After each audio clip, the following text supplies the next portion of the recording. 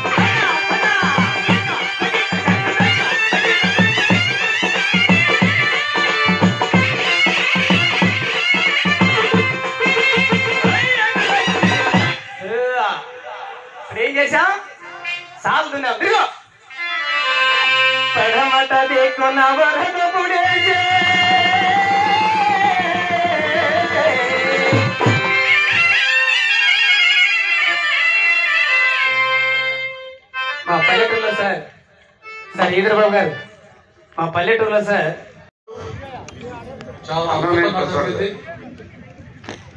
వారు ఎక్కడో కొండ కోణంలో పుట్టి మెదగొండపాలెం మాచర్ల దగ్గర ఉన్నటువంటి ఈ గుజన ప్రాంతాల నుంచి ఇక్కడికి రావటం, ఈ ప్రదర్శించటం, వాళ్ళ యొక్క వేష భాషలు ఇవన్నీ కూడా చూడముచ్చుతూ అద్భుతంగా ఈ ప్రదర్శన జరిగింది.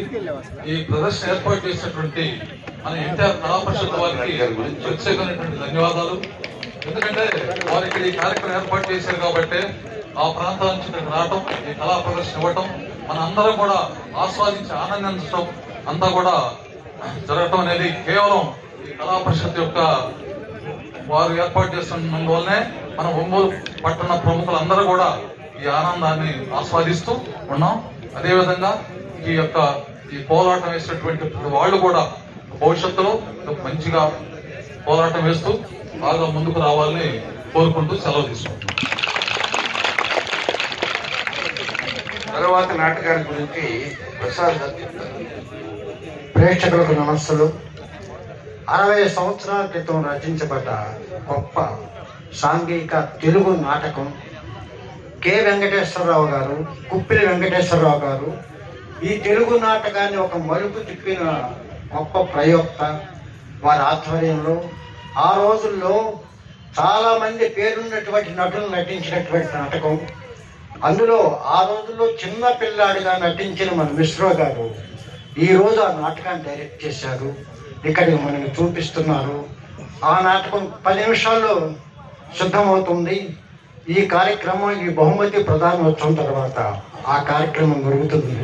ఇంకో గొప్ప విషయం ఏంటంటే ఆ నాటకంలో తండ్రి పాత్రలో నటిస్తున్న తొంతాల ప్రకాష్ గారు లయోలా కాలేజీ ఇంగ్లీష్ రీడర్గా రిటైర్ అయ్యారు.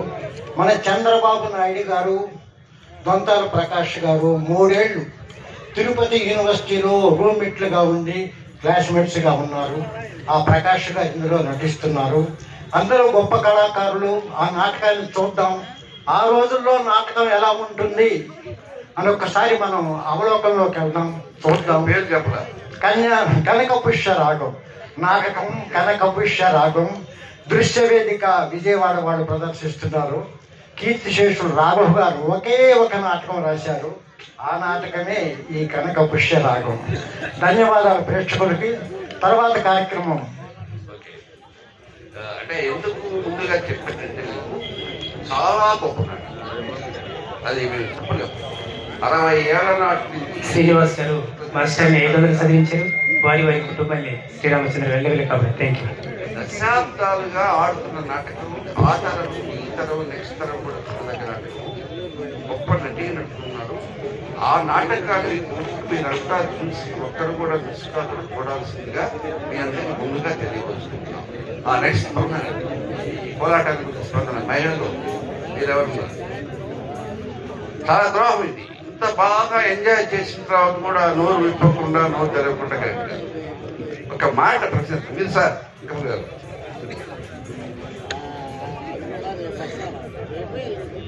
అందరికీ నమస్కారాలు. ముఖ్యంగా కళా పరిషత్ అధ్యక్షులు హరిబాబు గారికి నా నమస్కారం. ఈ గారపేట విలేజ్ నాకు బాగా తెలుసు. మేము ఒక 3 సంవత్సరాలు అక్కడ రక్తహీనత ప్రాజెక్ట్ మీద పనిచేశాం. అక్కడ వాళ్ళు రిసీవ్ చేసుకునే పద్ధతి కానీ, అక్కడ ఉన్న పెద్దల పరిస్థితి కానీ చాలా బాగుంటుంది. కానీ ఇందాక మన హరిబాబు గారు అన్నట్లుగా వాళ్ళు జనంలోకి రారు, దూరంగా వెళ్తున్నారు. కానీ మిమ్మల్ని చూసిన తర్వాత నాకు చాలా ఆనందంగా ఉంది. ఇంత మంది జనంలో ఈ ప్రదర్శన చాలా గొప్పగా ఇచ్చారు. మేము అనేక చోట్ల చూసాం. అసలు ఈ అదుపు అనేది లేదు. అసలు కాలంలో ఏమున్నాయో, మీ శక్తి ఏంటో అంచనా వేయదగిన ఇక్కడ ఎవరు లేరు అనుకుంటున్నారు. ఇంత మంచి కార్యక్రమాన్ని మీరు మాకు ఇచ్చినందుకు మీకు ప్రత్యేకంగా నమస్కారాలు తెలియజేసుకుంటూ సెలవు తీసుకుంటున్నాను. వచ్చేసి మంది వేసుకుంటాను సార్. అప్పుడు వారి సత్యమని ఏమంటారంటే, అయ్యా నా కొత్త తాగుబోతు మొగుడు, అయ్యా నా కొత్త, అయ్యా నా కొత్త. ఆహా, నా కొత్త అంటే సరిపోతుందండి. దాదాపు 1000 మంది భోజనాలు పెట్టి 1000 మంది సమక్షంలో పెళ్లి చేసుకుంటే ఇప్పుడు వద్దంటే కుదురుతుందా? అమ్మ నా కొత్త తాగుబోతు మొగుడు, అమ్మ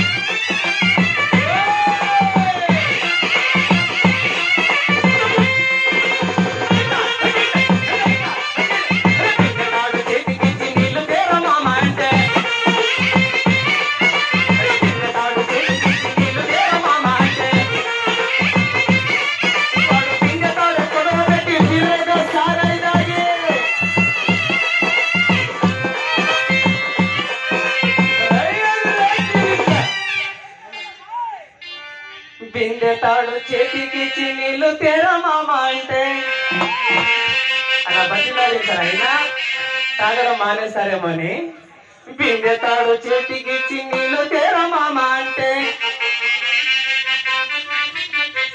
బిందె తాడు కొడవ పెట్టి తిర్రుగా సారాయి తాగి ఇక్కడ అసలు కథ. మంచి కూర వండలేదని మక్కలిరిగి తన్ని నోడు నాకొస్తు నాకొస్తు నాకొస్తు